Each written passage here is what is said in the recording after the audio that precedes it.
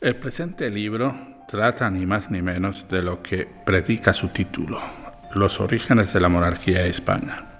Aunque muchos no lo sepan, la realidad es que el actual titular de la corona española, Su Majestad Don Felipe VI de Borbón, lleva en sus venas la sangre de Don Pelayo. La monografía que el lector tiene en sus manos trata del surgimiento y desarrollo de poderes políticos nacidos a lo largo del siglo VIII en varios rincones septentrionales del antiguo reino godo de Toledo y que trataron de legitimarse ideológicamente por su confesión de la fe cristiana. Estoy convencido que más de uno se preguntará por qué a estas páginas no les he dado título, por ejemplo, de la Reconquista, los orígenes. La contestación es muy sencilla, porque los protagonistas políticos de aquellos momentos no buscaban reconquistar ni un reino ni una monarquía, recientemente destruidos por un invasor extranjero que se legitimaba en el Islam. Lo que querían era conquistar, construir unas nuevas soberanías que se sustentasen en la única institución que todos creían que no había sido destruida por el invasor, la Iglesia, su fe católica.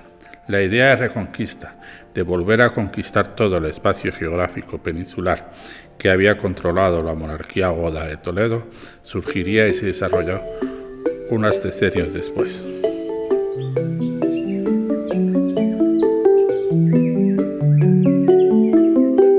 Libros para comprender, un podcast de la Unión de Editoriales Universitarias Españolas.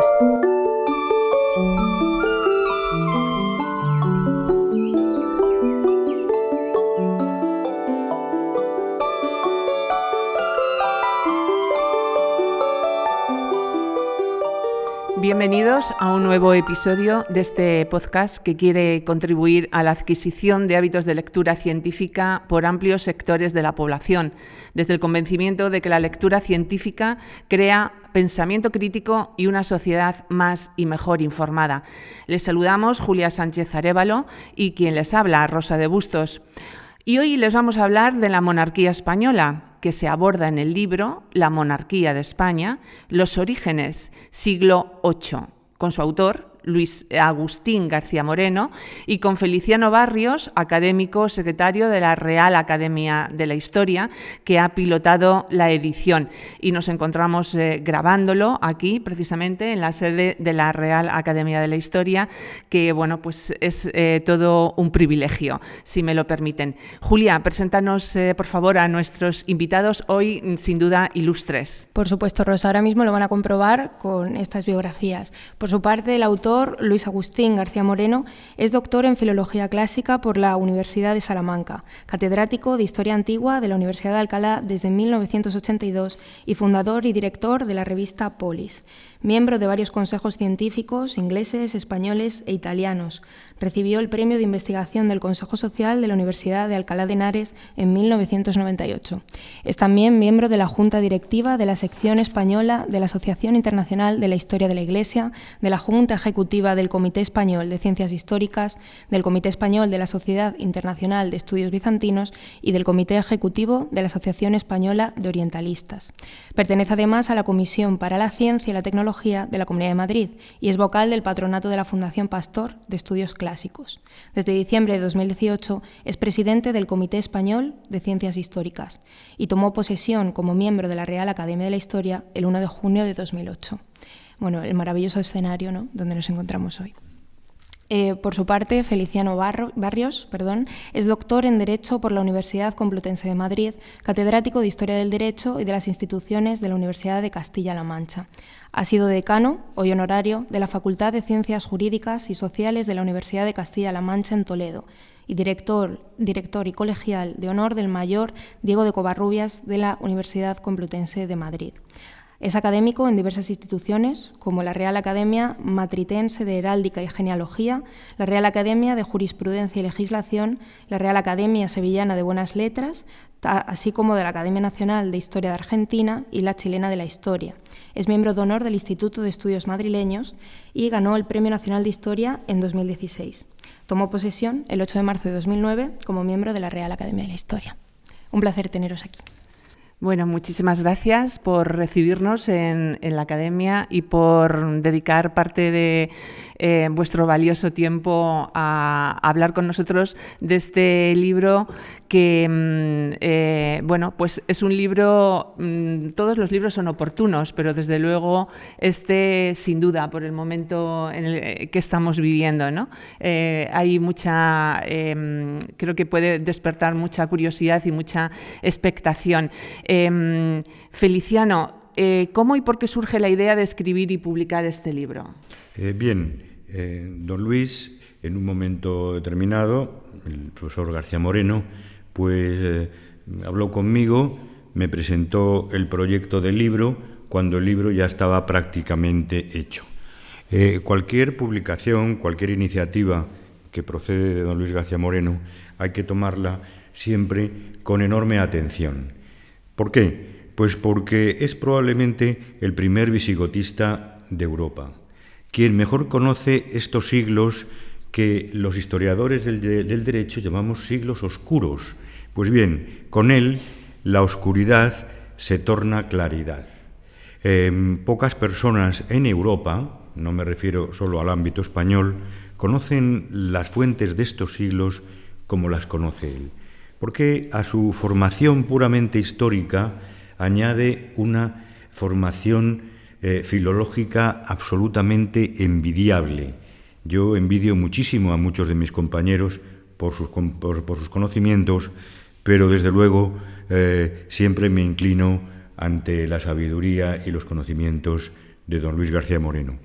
Escucharlo a él en las intervenciones del Pleno de la Academia cuando le corresponde, pues es una verdadera delicia, porque además habla sobre cuestiones muy desconocidas. Él, cuando nos habla, no nos habla de visigodos solo, sino que es un gran conocedor de las culturas del Asia Central, cosa que para los españoles es algo lejano, y él las conoce muy bien. Políglota, generoso en el conocimiento, siempre que le preguntas algo, pues él está presto a darte todo tipo de información, oralmente y luego una nota por escrito. O sea que cuando él presenta un libro, inmediatamente hay que tomarlo en atención, como he dicho al principio de mi intervención. En mi caso, como coordinador, yo no soy el director de publicaciones de la Academia, pero sí el coordinador del convenio Real Academia de la Historia, Boletín Oficial del Estado. Entonces pensamos que era este convenio el lugar idóneo para editar este libro que podíamos haber editado simplemente por la Academia, sin más, pero preferimos incluirlo en este convenio que tantos frutos ha dado y que además sitúa al libro en otro plano. El Boletín Oficial del Estado, yo soy miembro de su consejo editorial, pues tiene colgados en su página ya un corpus verdaderamente admirable de obras, y en este corpus admirable hemos querido que estuviera el libro del doctor García Moreno. Por tanto, la coedición era obligada en este caso, ¿no? Yo creo que era oportuna, más que obligada. Creo que era oportunísima. No obligada porque, como he dicho antes, lo podíamos haber editado directamente por la Academia, porque la Academia tiene colecciones y la Academia edita volúmenes fuera del convenio con el Boletín Oficial del Estado. Pero dado lo que a mi parecer era un libro muy importante, yo quise expresamente que estuviera en el Boletín Oficial del Estado, y el Boletín Oficial del Estado se volcó en la edición, y yo quiero desde aquí, una vez más, darle las gracias al boletín, a la editorial de la Agencia Estatal Boletín Oficial del Estado, por su generosidad y por las permanentes atenciones que tiene para con esta casa. ¿Cómo se planteaba la edición y publicación de esta obra en un primer momento? Bueno, se planteó como planteamos todas nuestras obras. El profesor García Moreno me hizo entrega de su original. Yo a su vez le dije que lo remitiera al Boletín Oficial del Estado, cosa que hizo inmediatamente. Yo leí el original, lo felicité porque no podía ser de otra manera y estaba deseoso de tenerlo en las manos como lo tengo ahora. Un libro que está impreso en papel, es un libro voluminoso, sí. Pero que también está en libre acceso, sí, en formato PDF ya lo he dicho, que puede descargarse para todos los ciudadanos. Para todos los ciudadanos, porque el Boletín Oficial del Estado es una agencia estatal de servicio público. Y para el Boletín Oficial del Estado, y yo como miembro de su consejo editorial, pues me siento enormemente orgulloso de ello, siempre nos hemos propuesto que cada libro sea un servicio a la sociedad. Y entonces, aparte de ser adquirido en papel, porque es un libro que además merece la pena estar en las bibliotecas de todas las personas interesadas en esa época tan apasionante, pues lo tenemos colgado en la red en libre acceso. Y entonces hay muchísimas descargas, muchísimas consultas, muchísimas visitas, que indica que el libro no solamente ha sido un éxito en papel, sino que está siendo un éxito en la consulta electrónica, que en el tiempo en que vivimos es quizá más fundamental que la propia compra en papel, sino que toda la población pueda acceder a la obra y los investigadores la tengan delante. Es una obra de alta investigación, no es una obra de difusión, digamos, como son otras de historia que tratan de llegar a todos los públicos. Esta puede llegar a todos los públicos, pero sobre todo es una obra de altísima investigación que ha dado lugar ya a un debate muy importante y que además está llena de novedades en las que yo no voy a entrar porque el profesor García Moreno, que tiene un conocimiento del libro, digamos, más directo que yo, pues lo va a decir y las va a explicar con toda soltura. A ver, no sé si es una pregunta procedente, ya me dices si procede o no procede, pero ¿ha sido enviado algún ejemplar a la casa de Su Majestad? Bien. ¿Y cómo lo ha recibido? ¿Si hay algún comentario? El Boletín Oficial del Estado hace siempre una edición especial, encuadernada de modo, digamos, singular, para Su Majestad el Rey. Entonces, bueno, en este caso no hemos tenido ocasión de llevarle el libro, pero buscaremos el modo de llevárselo personalmente. Pero a mí me consta que ya está en manos de Su Majestad el Rey. Sí, en ocasiones, pues hemos tenido la oportunidad de llevar uno de nuestros libros y entonces, bueno, iría el autor, por supuesto, el director la directora de la Academia, doña Carmen Iglesias, gran impulsora de la edición de todos estos libros y que, bueno, desde su llegada a la dirección, pues ha aumentado enormemente las publicaciones, ya muy abundantes en el pasado, pero este tipo de publicaciones de convenios con otras instituciones. Feliciano, no te interrumpimos más porque sabemos que tienes que marcharte. Una última pregunta, ya nos quedamos con el autor y después de hacer esta introducción tenemos todavía muchas más ganas de entrar a conocer detalles del libro. Este libro ha sido premiado en los 26 Premios Nacionales de Edición Universitaria. Bueno, vamos a continuar con el premio a la mejor coedición con una editorial privada que se ha otorgado este año a La Monarquía de España, los orígenes, siglo VIII, de la Agencia Estatal Boletín Oficial del Estado y la Real Academia de la Historia, por ser una pertinente investigación sobre un periodo poco conocido de la monarquía. ¿Cómo se ha recibido este reconocimiento? ¿Qué ha significado para la Real Academia de la Historia como editora, como coeditora en este caso? Pues este libro se ha recibido, el premio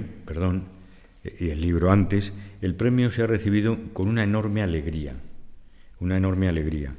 El profesor García Moreno es un académico muy querido por sus compañeros, desde luego singularmente por mí, y entonces un premio que a él, que se le ha dado a él, pues ha sido tomado por la Academia de la manera más feliz, no podía ser de otra manera. Pero es que además el día en que se comunicó al Pleno el profesor García Moreno, con una enorme generosidad, dijo que este premio era para la Academia. Con lo cual, pues no nos pudimos sentir más honrados todos sus compañeros, que lo queremos muchísimo, y yo creo que aunque lo queremos mucho, lo admiramos aún más. Pues muchísimas gracias, Feliciano, por acompañarnos, por dedicarnos este tiempo, que sabemos que hoy es una mañana complicada para ti, que tienes te esperan en otros sitios. Gracias a ti. Nos quedamos con el autor, con Luis Agustín García Moreno, autor de La monarquía de España, los orígenes, siglo VIII, que es el libro para comprender que hoy hemos traído a este podcast.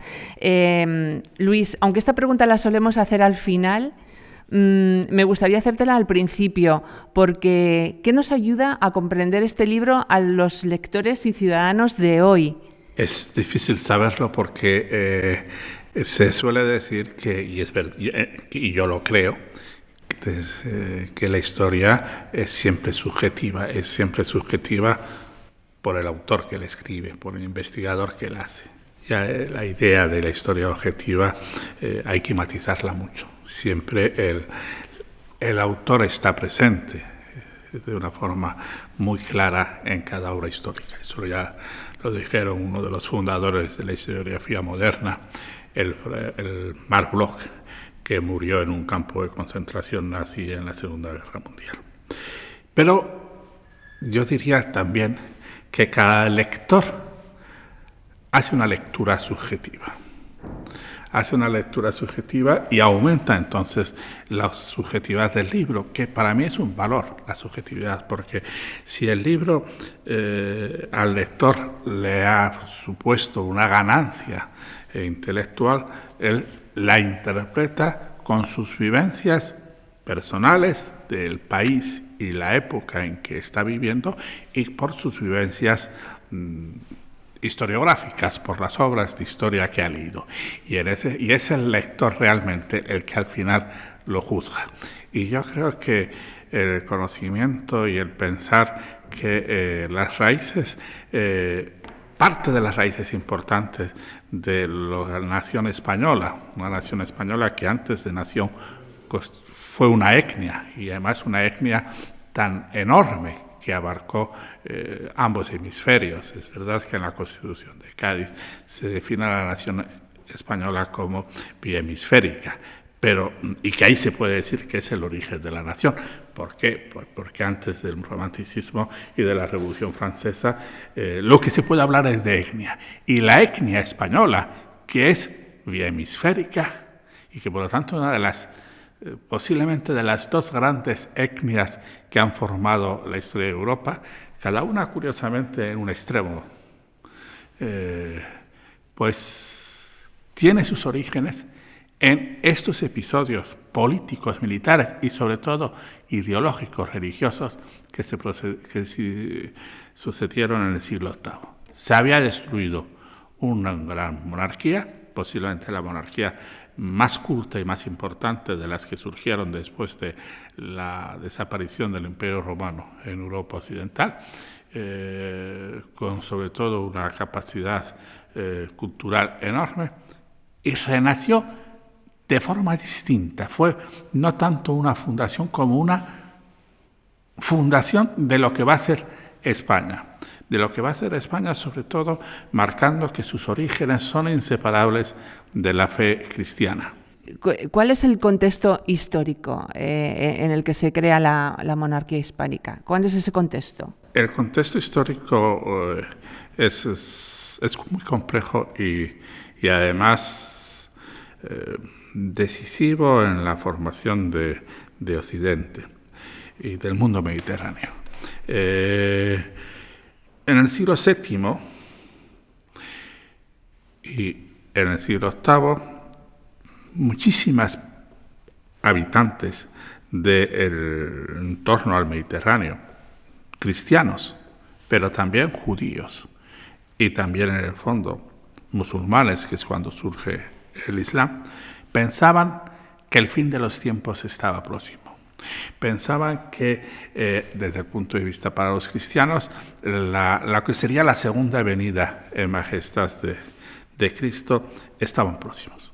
Y por lo tanto, eso daba lugar a una serie de surgimientos de movimientos proféticos, de movimientos mesiánicos en el fondo, que profetizaban la venida de un Mesías guerrero, en el caso de judíos, y los que surgieron un poco más cercanos de ese judaísmo del Oriente, del Islam.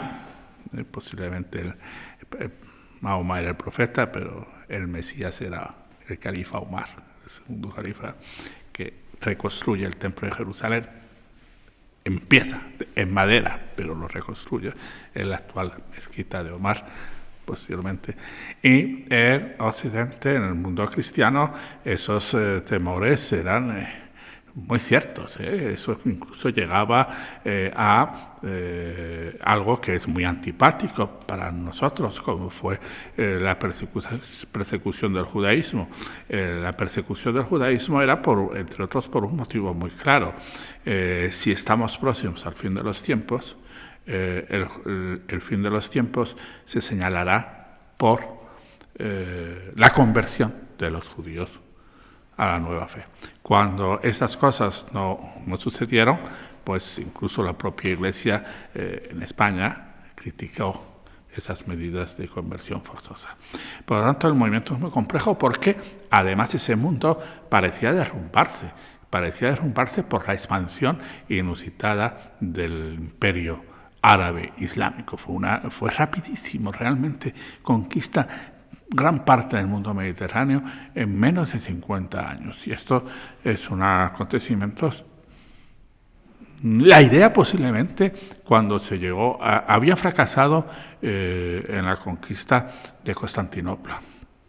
Había encontrado un fuerte muralla. Cuando se hace la de el reino godo de Toledo, se les abría la oportunidad de dos cosas. Una, y muy importante para el musulmán de a pie: botines que eran sobre todo pues en hombres y en mujeres, muy importantes, en perlas no perforadas, como decían ellos, y en oro. La desteorización que se produjo, es decir, la enorme cantidad de riquezas en oro que se fueron acumuladas por los invasores y que hoy conocemos incluso por algunos documentos que son sellos de los saquitos que se daban a los combatientes. Pero habría otra posibilidad, porque las ideas geográficas no son las que tenemos nosotros ahora. La posibilidad de alcanzar Constantinopla y por lo tanto el centro de lo que se consideraba el mundo cristiano por Occidente. Y eso fue frenado. Y fue frenado casi al mismo tiempo en lo que es actualmente Francia, en lo que era el reino de los francos, con la gran batalla de Poitiers, 732. Pero es que el eco, no el eco, sino el reflejo de la batalla de Poitiers es lo que nosotros consideramos Covadonga. Porque lo de Covadonga, una de las novedades del libro y sobre el que pivota en parte muchas de sus conclusiones, es fecharlo hacia el 734. Y además demostrar con testimonios que fue algo muy conocido por todos los cristianos españoles, incluso en Córdoba. Los cristianos de Córdoba saludaron como un hecho maravilloso que por vez primera, tras casi 15 años de derrotas, se hubiese conseguido una primera derrota en suelo hispano bajo el signo de la cruz. Esto fue lo que realmente marcó. Y a partir de ahí, pues, la aparición de otros poderes políticos en el espacio más o menos euskérico, en el espacio pirenaico, esto fue de enorme trascendencia, porque por vez primera se sucedían formaciones protoestatales en el espacio de actual Euskadi, el espacio de Navarra y el espacio de Aragón. Y eso es trascendente porque el elemento común a todos ellos es la fe en la religión de la cruz. Uh-huh. ¿Fue la fe, este contexto histórico-religioso, lo único que motivó la creación, la constitución de esta monarquía, o hubo otros intereses?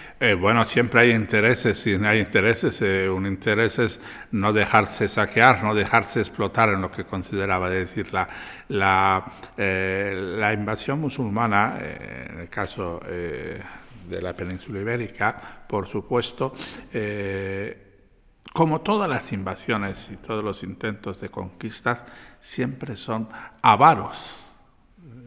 Es decir, siempre intentan consumir los menores recursos posibles y luego explotar lo conquistado.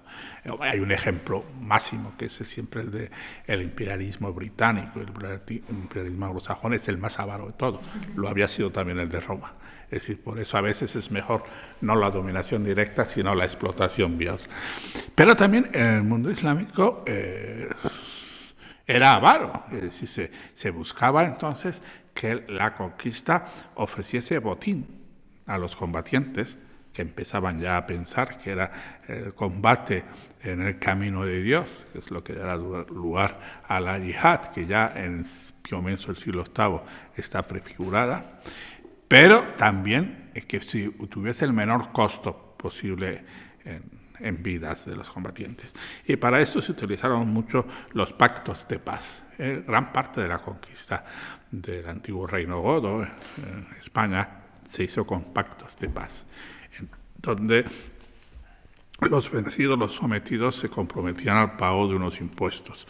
Ese fue el caso, por ejemplo, de todo el noroeste hispánico, es decir, todo lo que será Asturias, Galicia, todo eso se conquista en la primera hora sin que ningún ejército musulmán, eso es todas las cosas que se defienden en el libro, penetrase allí. Se hace con pactos de paz. Ahora, esos pactos de paz ocurrió un hecho curioso. Esos pactos de paz al principio parecía que eran favorables, unos impuestos incluso a lo mejor inferiores a los que se venían pagando en época del Reino Godo. Esto facilitaba la conquista y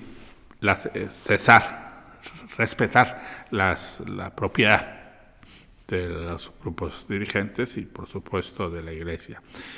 Pero el imperio islámico, desde los años 20, desde el 720 sobre todo, del siglo VIII, desde los primeros decenios del siglo VIII, empieza a tener un problema. Las fuentes de ingresos provenientes de la conquista se agotan porque ya no es posible avanzar más.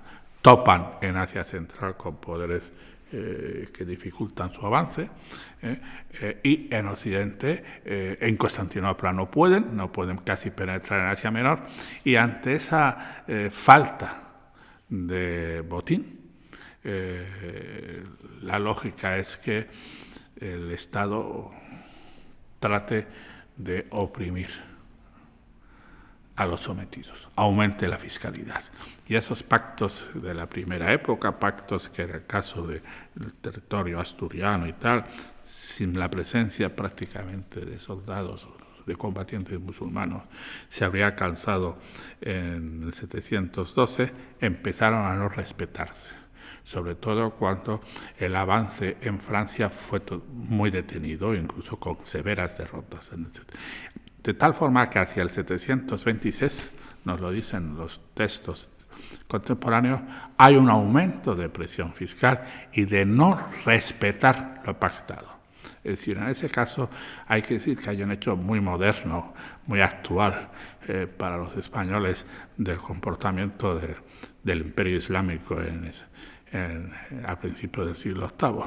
La palabra dada es un concepto que desconocían los califas, califa Hisen, y desconocían los emires. Esto de faltar a la palabra dada, como dijo un gran director de esta casa, don Gonzalo Anes, cuando en Chile yo estaba presente, le preguntaron que explicase por qué siendo muy superior económica y culturalmente la América hispana en 1800, y está frente a los nacientes de Estados Unidos, y ahora era diverso.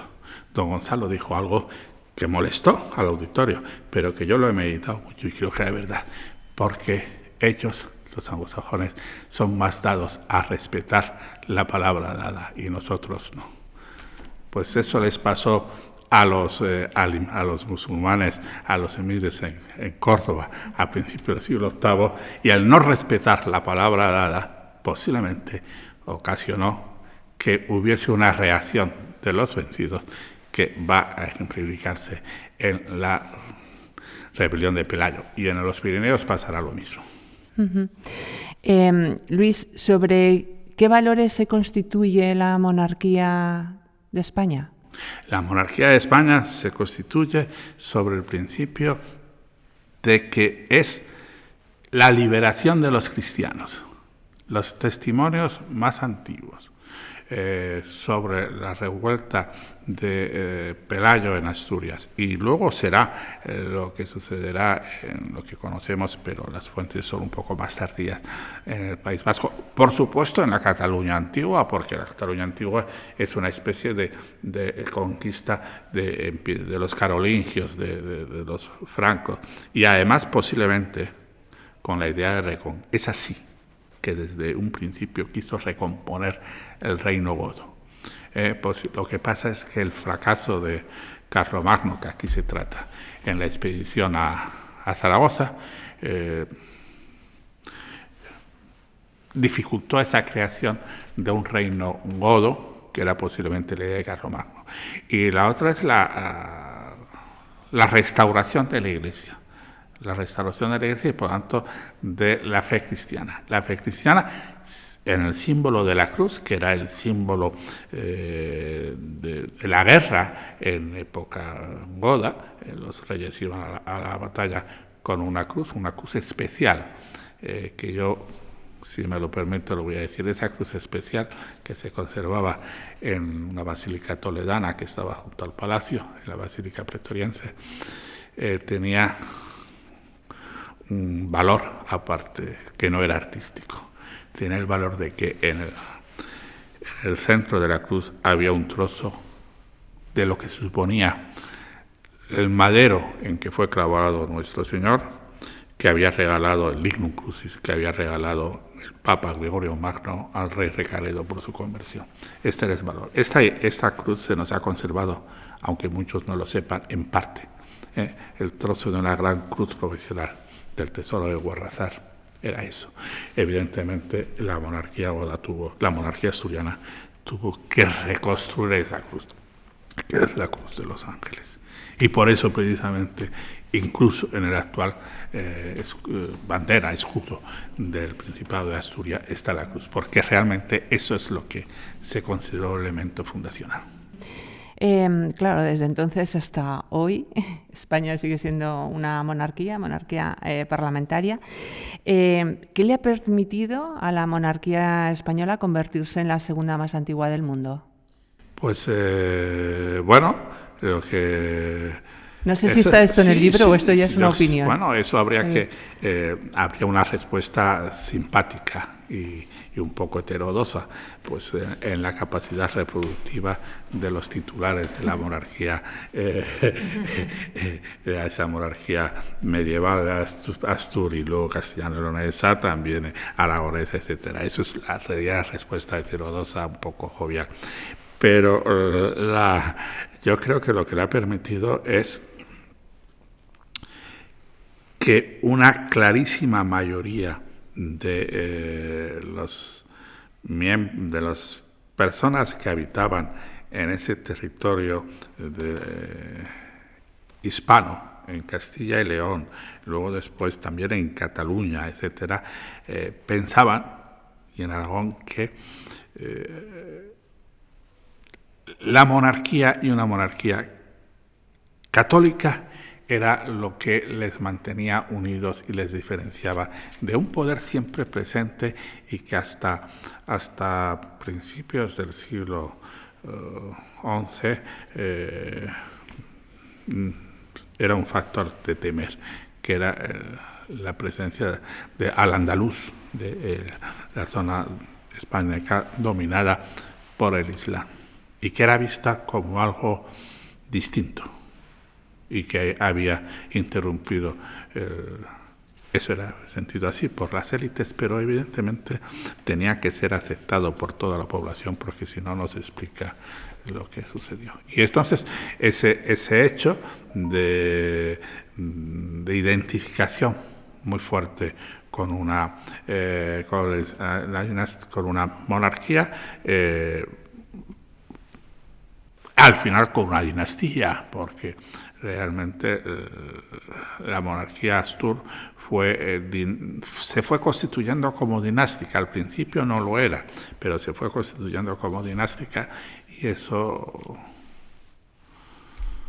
Yo creo que España tiene una unidad técnica muy antigua y que arranca precisamente en el siglo VIII. Arranca en el siglo VIII porque es no la reconquista, no, es por la fundación y la liberación de los cristianos. Eso es la idea de la etnia española, que lo que le da unidad y fuerza.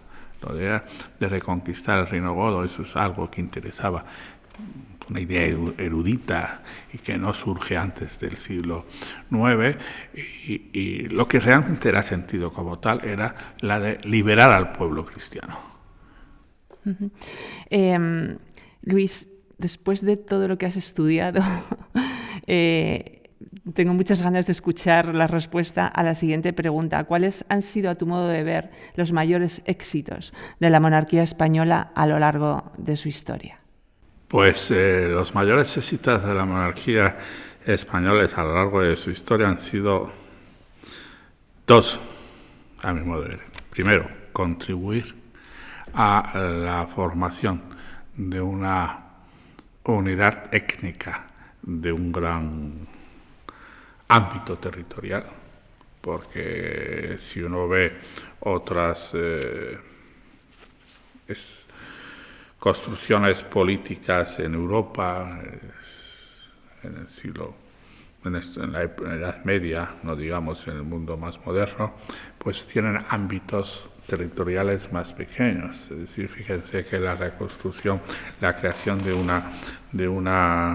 un Estado, de una formación política que abarcase todo lo que se consideraba propio de la etnia italiana, es muy tardía, es del siglo XIX. En Alemania pasó lo mismo, y piensen además que eso siempre un maestro mío, don Luis Suárez Fernández, que ha cumplido más de 100 años el pasado junio, siempre decía: mira, Luis, las naciones, porque se utilizaba la palabra nación, en el fondo era etnia, más antiguas de Occidente son las siguientes, porque eran las que se reconocían en la Universidad de París. Son la nación francesa, la nación española, la nación británica, la nación italiana y la nación germánica, aunque en el concepto germánico abarcaba no solamente lo que fueron luego lo que era el primer Reich, el de la Edad Media, sino también que abarcaba el mundo más nórdico y oriental, no el mundo eslavo. Entonces, claro que una etnia, una nación en el sentido medieval del término, como la española, lograse una formación, una unidad territorial y por lo tanto política,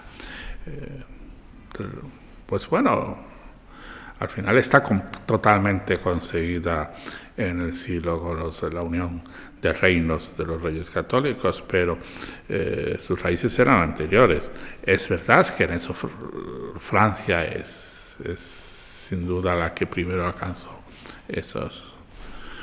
Pero luego hay otra, el segundo hecho que significa en la historia de España, yo creo que es la expansión en América, la construcción de estructuras políticas tan fuertes y tan arraigadas, con la creación de centros de cultura y de reproducción ideológica, que eso hay que decirlo así, utilizando una palabra propia del análisis del materialismo histórico, centros de reproducción ideológica como eran las iglesias y las universidades, creó algo que es que se ha demostrado que era indestructible, salvo por la conquista militar violenta, como fue la desaparición de más de un tercio de lo que era el virreinato de Nueva España. Me refiero a California, Texas, Arizona, Nuevo México, pero eso fue la conquista violenta. Y además hay que decir, y con esto culmino, que gracias también a la capacidad genética de las personas, de los hispanos, se está reconstruyendo en parte de una manera simpática y curiosa ese virreinato de la Nueva España que abarcaba hasta Oregón. Estos serían los éxitos. ¿Cuáles serían los déficits? Los déficits son muchos, pero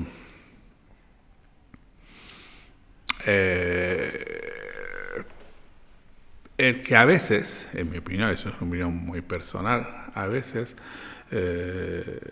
las élites políticas dentro del conjunto de lo que fue la monarquía hispánica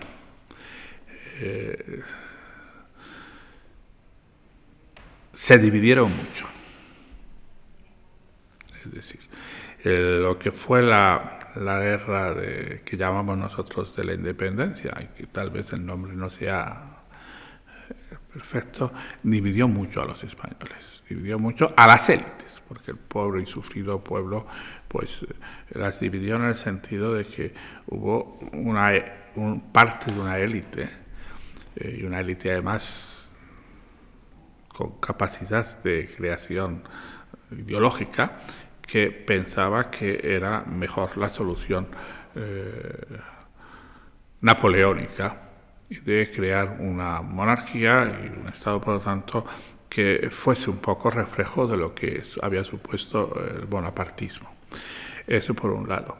Eso supone además una pérdida de capacidades económicas del poder central de la monarquía, y aprovechando eso, pues otras élites políticas españolas, porque lo eran, en los virreinatos americanos, sintiese también la tentación de crear repúblicas en cierto modo bonapartista. El caso más ejemplar es el de Bolívar, pero el de San Martín con matices, pero evidentemente el de Bolívar es un claro caso de bonapartismo que fracasó y se fraccionó más. Y como se dice normalmente, la conquista de América fue facilitada por una guerra civil entre los indígenas en el Perú, en el mundo azteca, y la emancipación de las repúblicas americanas fue el producto de una guerra civil entre criollos y españoles, entre españoles. O sea, yo creo que esa división, como muy bien ha dicho, creo que sí, ha sido Su Majestad el Rey Don Felipe VI, creo que con motivo del acto solemne de la jura de la Constitución por la infanta Leonor, creo que él dijo con mucho sentido, porque lo cree y porque es la verdad, yo como historiador lo creo, que la unidad nos ha hecho grande y la división nos ha perjudicado mucho. No sé, cuando un historiador tiene que mirar al futuro, cuál es el ejercicio que hace, pero ¿cuáles son los desafíos que tiene por delante la monarquía en este siglo XXI? Pues yo creo que para mí la monarquía en España sí, claro, tiene un desafío fundamental, que es procurar dentro del ámbito que la Constitución del 78 le permite al titular de la monarquía actual, procurar y favorecer una convivencia moderada entre los diversos creadores de opinión política, que son los partidos políticos, que convivan dialogando y que los adversarios no dejen de ser adversarios, pero que no sean enemigos, y que naturalmente el número de españoles, de miembros de ciudadanos que voten a un partido u otro, se sientan con opciones ideológicas incluso distintas, a veces muy diferentes, pero lo hagan y lo reflejen con moderación y sobre todo dentro del diálogo, sin levantar muros, sin jugar a dividir. Sería muy grave, y eso pasó en Argentina, dividir entre españoles buenos y españoles malos, entre españoles progresistas y españoles reaccionarios. Todos somos ciudadanos y todos podemos tener nuestras opciones, incluso en el terreno económico, que son cosas del comer, que son palabras mayores, y en el terreno de lo que en el siglo XVI se consideraría la honra, y entro en todo lo que es el concepto de familia, el concepto de relaciones entre géneros, entre sexos, como es realmente dentro de lo que la Constitución lo permite, pero siempre con un sentido de moderación y de que no somos enemigos. Somos personas que podemos opinar distintos y que nos vemos reflejados en nuestro pensamiento unitario en estas cuestiones, pues en la Constitución. Uh-huh. Pues deseamos toda la suerte del mundo a quien tiene que dirigir esto, que es el monarca actual. Luis, ¿a quién recomiendas la lectura de este libro? Antes Feliciano comentaba que es un libro muy para historiadores, muy para la academia, pero que también es un libro o sea, que puede leer, por supuesto, cualquier ciudadano, pero de interés para un público muy amplio, ¿no? No solamente los que estén interesados por la historia, sino... Sí, yo creo que don Feliciano, al que le agradezco enormemente sus palabras, que muy elogiosas, que yo no me... salidas de la amistad y del cariño, más que de la realidad. Yo creo que el libro tiene dos niveles de lectura, uno y de interés. Uno es para expertos en el conocimiento de la historia española y concretamente de este siglo VIII, que es donde se asientan los cimientos de la España moderna, pero también tienen otra lectura para el público más amplio, posiblemente pasando muy rápido por algunos capítulos que son muy eruditos porque lo tenían que ser, y sobre todo porque el análisis filológico de los textos lo exigían, porque es que, claro,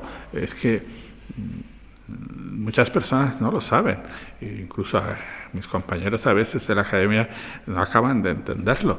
Es que en el siglo VIII la geografía y la cronología son dudosas, claro, cuando se trata ahora de la historia, yo qué sé, del devenir, de lo que es ahora sucediendo en España, esas cronologías y la geografía están claras y evidentes, no hay discusión, por lo tanto no hay que analizarlas. Esto sí.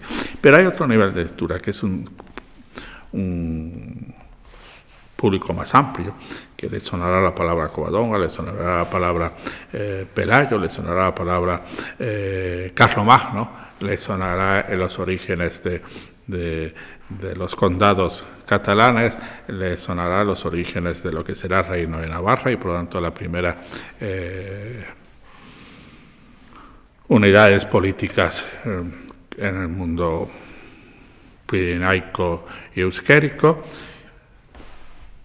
Para ese es interesante, para que comprenda que aun privilegiando en el imaginario hispano la que fue Pelayo y la monarquía Astur como primer centro político importante, no estaba desvinculado ni mucho menos de los acontecimientos que ocurrían también desde, como yo escribo, desde lo que será el faro de La Coruña, la antigua columna de Hércules, y el cabo de las Santas Creus en Cataluña, en Gerona. Hay una unidad ya que se ve, que se observa en que los acontecimientos circulan. Por ejemplo, la mayoría de los protagonistas que la historiografía asturiana del siglo ya IX, casi medio siglo después, situó en Covadonga, curiosamente son protagonistas que no estuvieron allí, ni mucho menos. Proceden del mundo pirenaico, y del mundo pirenaico occidental, y del mundo de lo que había sido la provincia narbonense de Reino Godo. Punto.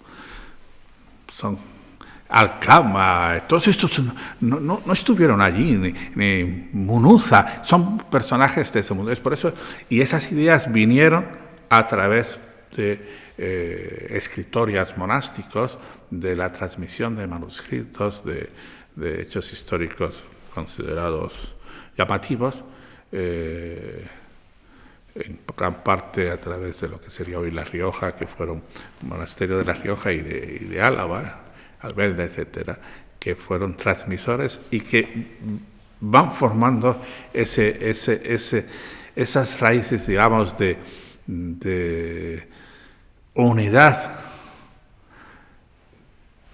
para, como ellos decían, la libertad al pueblo cristiano.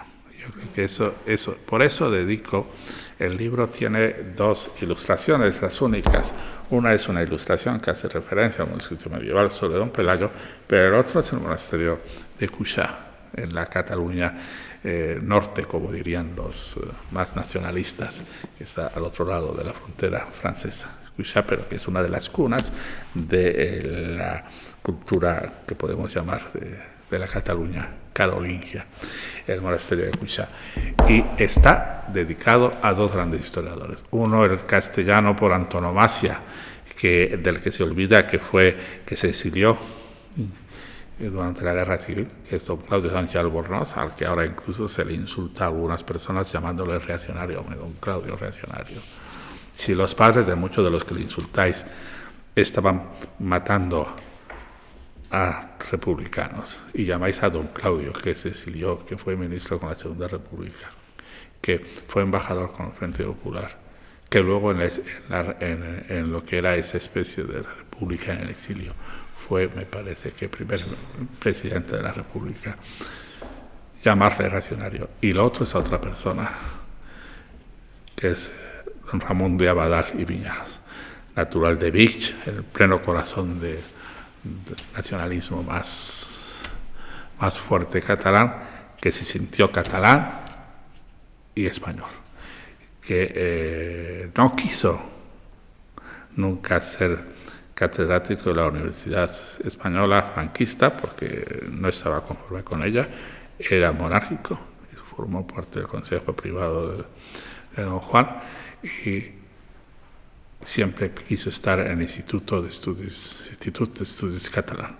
Don Ramón y don Claudio fueron académicos de número de esta casa, que yo creo que siempre ha procurado cumplir con lo que su fundador, su Majestad Felipe V, le dijo. Unir a través de la historia y desvanecer las nubes y las tinieblas que han tenido a veces nuestra historia.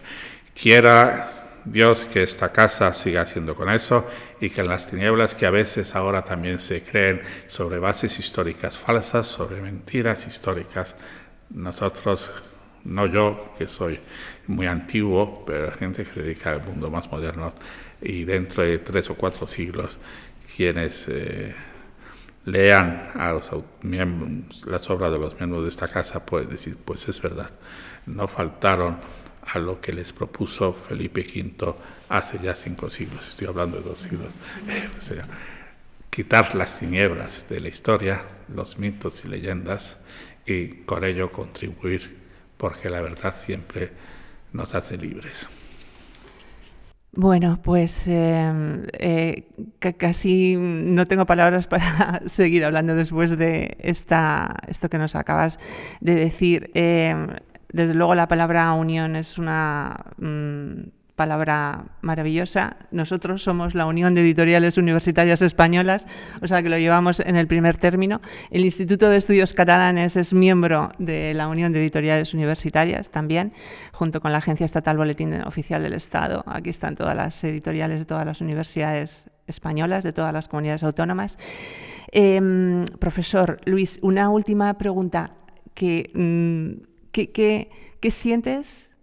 O sea, ¿qué se siente cuando se acaba de escribir un libro como este? ¿O qué has sentido tú cuando acabaste, cuando pusiste el último punto? Sí, yo he sentido que he cumplido con uno de mis anhelos de muy de niño, porque yo es verdad que hice la carrera de Filología Clásica, pero es porque mi primer maestro, el historiador, me dijo que la hiciera porque era más formativa.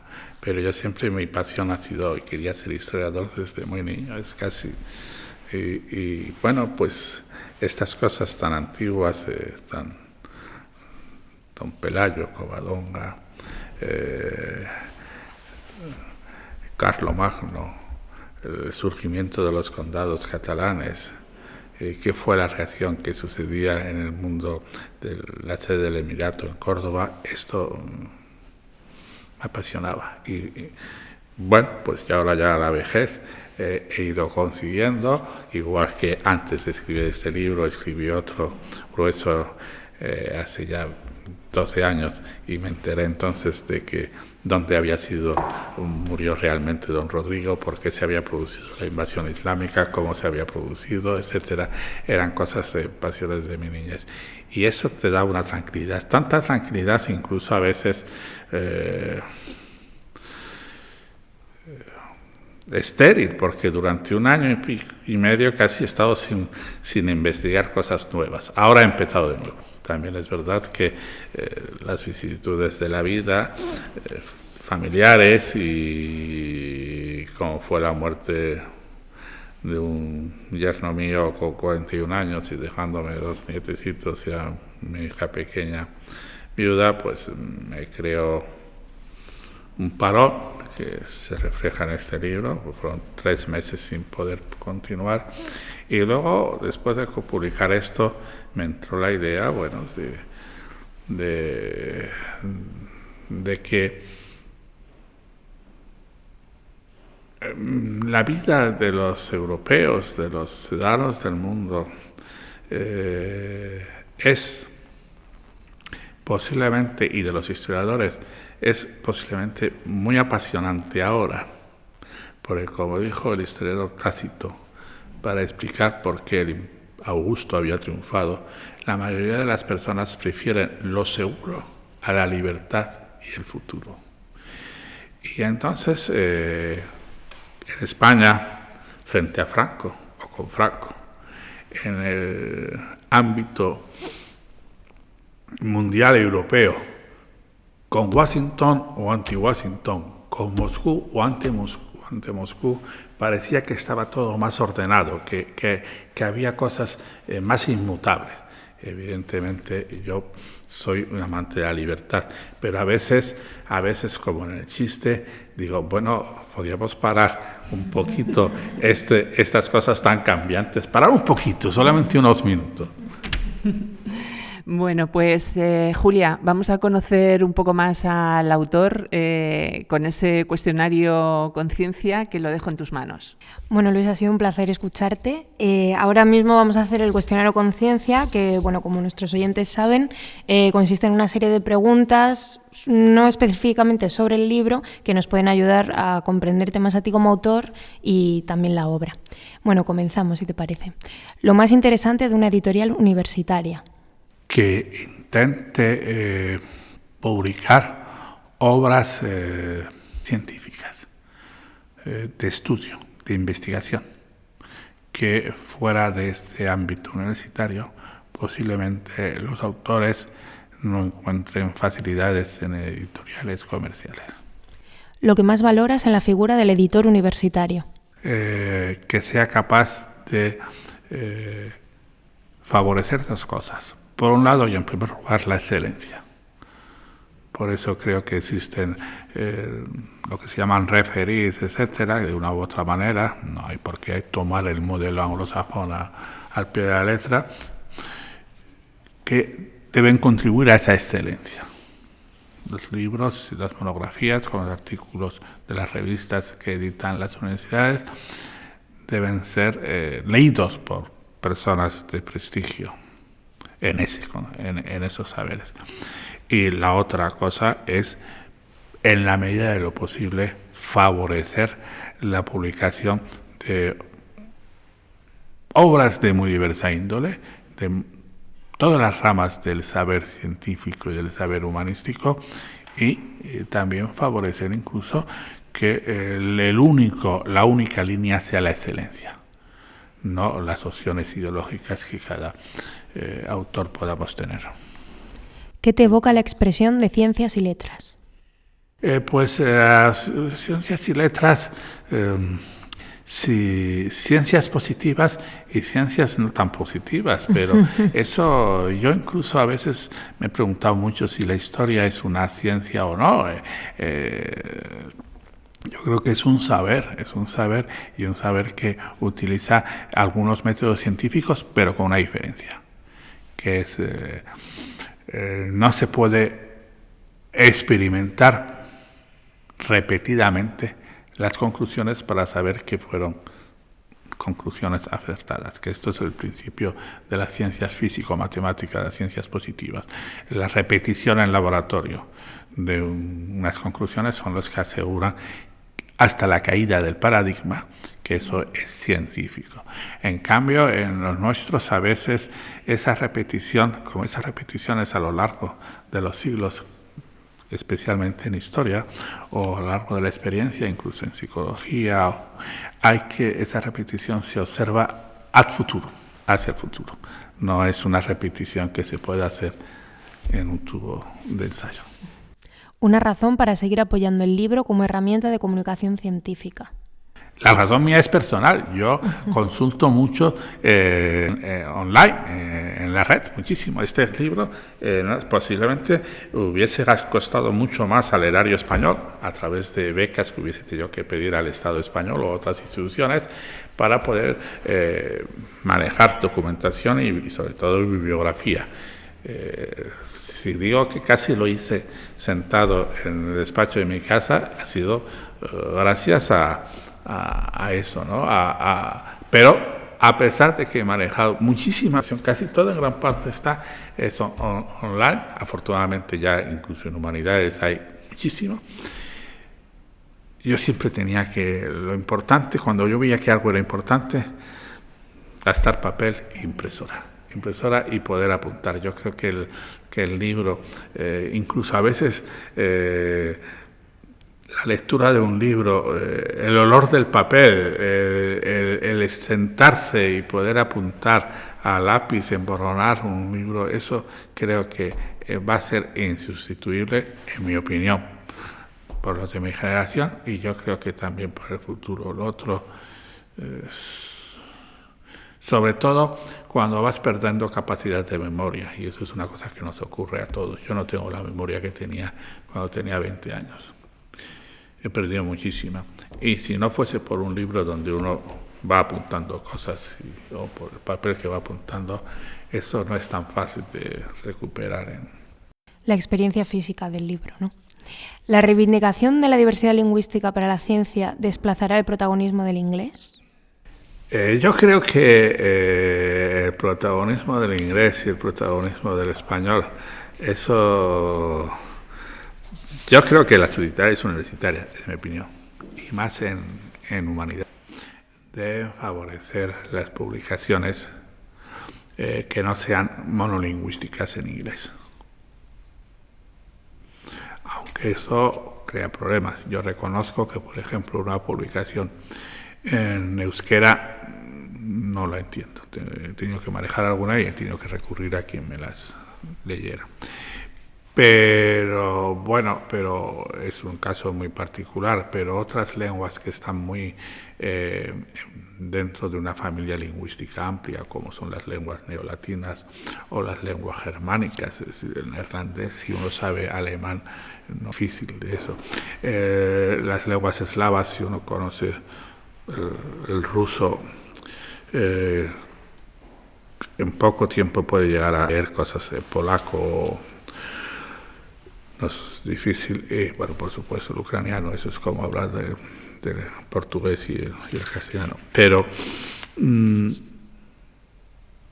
además yo creo que es una polémica marcada ideológicamente y sobre todo políticamente, que no tiene mucho sentido, porque la inteligencia artificial prácticamente lo ha reducido a la nada esta diversidad lingüística. Por lo tanto, yo creo que hay que escribir en lenguas vernáculas, está bien, y favorecer su publicación para que no se pierda. El español, aunque se dejase hablar en España, tiene vida propia. Pero la inteligencia artificial es que lo hace ya. Es que en Internet traduces, tienes que decir que no me lo traduzca para que eso, entre las grandes lenguas de la humanidad, eso sí. El español es una de ellas, por supuesto. Un libro científico que encadenarías al tuyo. Un libro científico que encadenarías al tuyo. Bueno, yo encadenaría al mío, uno anterior mío también, que fue la España 719, la conquista musulmana. Lo encadenaré a otro en el futuro, si logro hacerlo, que es la vida de las comunidades cristianas dentro del primer siglo de dominación política islámica en la península ibérica, y lo encadenaría con todos los estudios que se hacen sobre el siglo IX y X. Pero en todo caso yo le diré, porque es lo que decía a mis discípulos, don Luis, ¿qué leo para buscar un tema de investigación, o para este tema que le he propuesto y usted ha aceptado poderlo? Pues mire, léete cosas que sean también muy distintas, libros de historia pues del siglo XIX, del siglo XVIII, del siglo XX. Yo era profesor de historia antigua. Te darán ideas. O sea que encadeno con una única condición, que sean, no como los míos que digo muchas cosas que no son este. ¿Qué libro de ficción encadenarías también a este? Bueno, hombre, pues libros de ficción, o películas se puede decir, pues eso ya es más complicado, Eso ya es más complicado porque la ficción, hay ficciones bien hechas y ficciones mal hechas. Si un libro de historia ya de por sí he dicho que es subjetivo, en los libros de ficción, si están muy bien hechos, lo que debe reinar es el placer de lectura, el divertimento. Y en el caso de que sea de ficción histórica, procurar no decir anacronismos, no decir cosas que sean absolutamente imposibles. Hace poco, cambiando de cadena, veo unos episodios, creo que no sé si son de una productora americana o norteamericana, sobre el episodio de Moisés. Y claro, cuando uno ve a Moisés y a los egipcios o no egipcios utilizando caballos con silla y con estribo, pues uno dice, esto está cosas que se consiguieron, entre otros por los pueblos de Asia Central y en Europa, pues sí, en el siglo V o VI, entre ellos los godos. Pero hay que recomendar a las de televisión, ahora que hay tantas, que metan en sus equipos de guionistas historiadores como asesores. Yo creo que sí, yo creo que sí, por lo menos, o que los documentalistas, que es una expresión que utiliza ahora, que se ilustren bien, preguntando a otros. El científico de todos los tiempos al que más admiras. No soy capaz de responder claro, se me vienen a la memoria personas muy... Pero voy a decir algo que es extraño, que dentro de lo que el mundo de la antigüedad clásica, Posidonio de Apamea, que se considera el último gran enciclopedista del mundo antiguo y que visitó España, visitó las tierras gaditanas y más que Cádiz, y vino a Cádiz con un afán científico: descubrir las mareas. Descubrió el motivo de las mareas. Por lo tanto, fue científico en el sentido moderno de ciencias positivas, y fue un grandísimo historiador, y fue un grandísimo filósofo de la que se llama la estoa o el estoicismo reciente.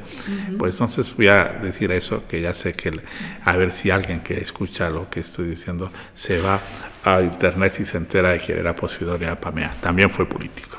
El estoicismo está. Sí, eso sí. Sí.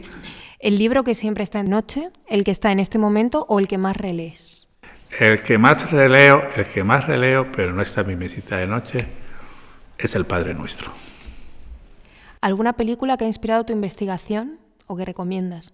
Bueno, a mí, cuando yo era niño, y creo que eso, hubo dos cosas que me empujarían yo en el subconsciente o en el consciente a ser historiador de la antigüedad y también de los tiempos que se llaman altomedievales. Una fue que mi madre, que era profesora de griego, me leía cuando yo era muy pequeño, me relataba sobre la guerra de Troya, hasta el punto que creo que ella siempre me decía, que mi primer dibujo con cierto sentido era el sitio de Troya por los Danaos. Y lo guardaba ella. Y las otras cosas que cuando tenía 6 años o así me influyeron mucho. Es una película que no sé si es buena o mala, pero es una de las muchas versiones de Alejandro Magno, una que se hizo hacia 1900, desde plenamente en Hollywood, de 1956, o sea, que yo me gustó mucho, sin duda. Y de lecturas efectivamente, una biografía que leí cuando estaba en cama con 10 años, enfermo de gripe, sobre Ciro el Grande, también me llamó mucho la atención. Y por supuesto que las cosas leía ya en libros más serios sobre Omar Ben Hafsun, un hispano de la serranía de Ronda, de orígenes no aristocráticos de poca boda, que sus antepasados se convierten poco después de la conquista al Islam, y él en un momento muy curioso, porque es el siglo IX, donde coincide con profecías milenaristas del fin del Islam, se convierte hacia apostasía y se convierte al cristianismo. Su figura, para hablar más de estas cosas, de Omar Ben Hafsun, despertó cuando tenía 11 años muchos sueños, y no húmedos. Bueno, lo que está claro es que la vocación venía ya en el ADN, con esa madre. Sí. Eso estaba ya ahí. Sí, no, pero eran filólogos. Bueno, pero las lecturas. Sí, eso sí. ¿Qué música podría ser banda sonora de este libro? Hombre, para la batalla de Covadonga, la batalla de Victoria de Beethoven.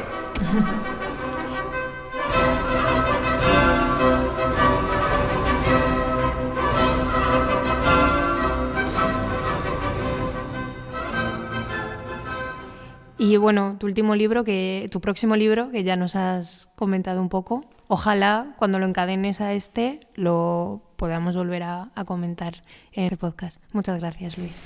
gracias a vosotras. Ha sido un placer. Yo creo que podemos quedar muchas veces para tener una tertulia así. No sé si nos vamos a hacer aquí de la Real Academia de la Historia para seguir aprendiendo contigo. Muchísimas gracias a Luis Agustín García Moreno, autor de La monarquía de España, Los orígenes, siglo VIII, y a Feliciano Barrios, académico secretario de la Real Academia de la Historia, que ha pilotado la edición y que se ha tenido que ir unos minutos antes. Realmente ha sido un placer, un privilegio hablar con vosotros, con los dos, y estar aquí. Gracias por acogernos. Recuerden que pueden encontrar este libro y todos los que aquí comentamos en la plataforma del libro universitario español y en español, Unebook, www.unebook.es. Les esperamos en nuestro próximo episodio. Julia Sánchez Arévalo, nos vemos en el siguiente episodio, y Rosa de Bustos, quien les habla. Libros para comprender, un podcast de la Unión de Editoriales Universitarias Españolas.